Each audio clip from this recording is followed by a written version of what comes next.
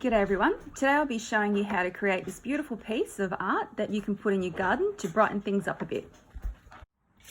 So I'm just going to give my piece of wood a bit of a dust off, and I'm going to hammer out the nails that I don't want in there, and I'll do the same for the other piece. My wood's ready to go, so I'm now going to go back to that drawing and design part of my piece. I've got my piece of timber drawn up, and I know that I've got 6 colors to use. So I think what I'm going to do is, because I've got 2 pieces of wood, I'm going to have 3 on one piece and 3 flowers on the other piece. I'm not sure about the colors that I'm going to put together yet, but I have had a look at a color wheel. So this is very basic. You've got red, blue and yellow, which are your primary colors, orange, green and purple, which are your secondary colors. Now this is interesting. Complementary colors are colors that are opposite each other on the color wheel, and they technically complement each other, so they tend to go well. So that's something I'm going to consider. What I have done is I've taken the beads off one of the necklaces, and I've sort of tried to work out how big my flower is going to be, and I'm going to have 5 petals. I'm not sure what my center is going to be, whether it's white, whether it's green, or whether I put a little bit of an embellishment on there to add a little bit of decoration. I've now drawn my flower on my board. I'm going to use a blue exterior mural-based paint, and I'm going to use the orange beads on top of that, because if we go back to our color wheel, blue and orange are complementary colors. So I'll make a start on that. I'm going to get some of this beautiful blue paint and start to apply that. I'll bring it back when I've got a few done. Here you can see another stage of what I'm doing. I've got all my flowers drawn on. Now here I actually put 4 petals on instead of 5. I just drew over it because no one's going to even know once I finished it. I've got a little bit of planning over here.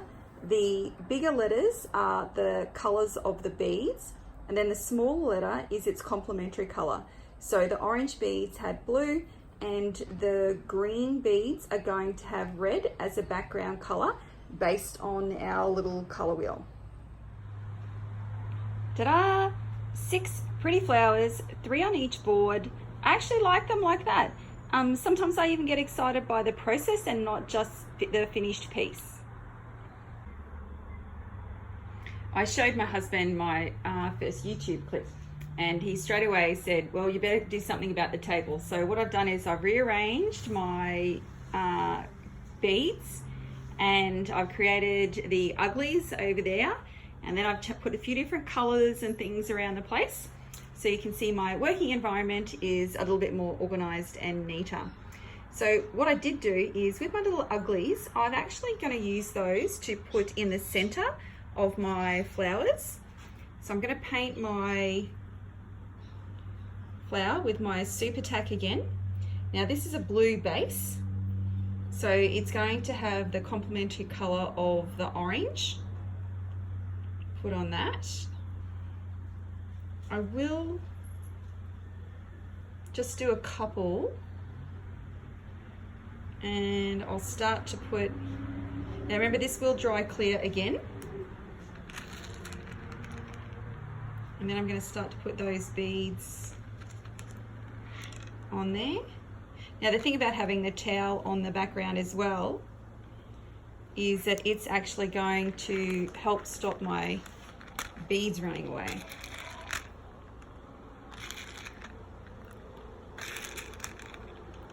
Okay, watching me put beads on isn't very exciting. So what I'll do is I'll get a couple done, and then I'll show you what that's going to look like. And there's one. Now what you can see at the moment is the white glue, and that will dry clear. So it'll be interesting to see what it looks like with its blue base. First there was 1, and now there are 3. So 3 more to go. Okay, putting the glue on. Lots of glue for you.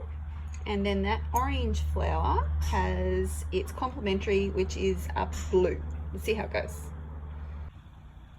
There you go, you can see that they're all done. Thanks for watching, and don't forget to like me at Mrs. Herbert's Art on Instagram. Bye.